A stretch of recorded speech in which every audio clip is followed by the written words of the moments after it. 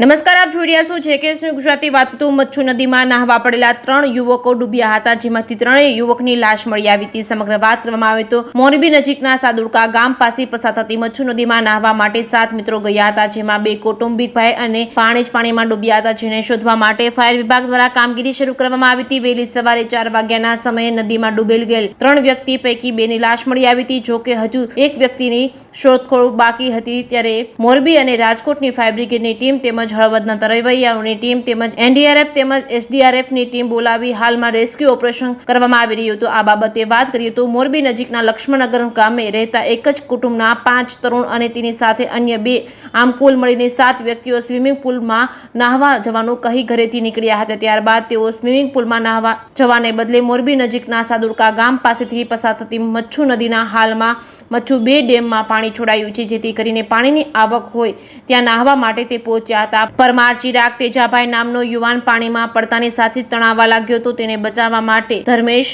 નામનો તરુણ પાણીમાં પડ્યો હતો અને તે પણ તણાવવા લાગતા તેને બચાવવા માટે ગૌરવ પણ પાણીમાં પડ્યો હતો. આમ 3 યુવાનો ડૂબ્યા હતા.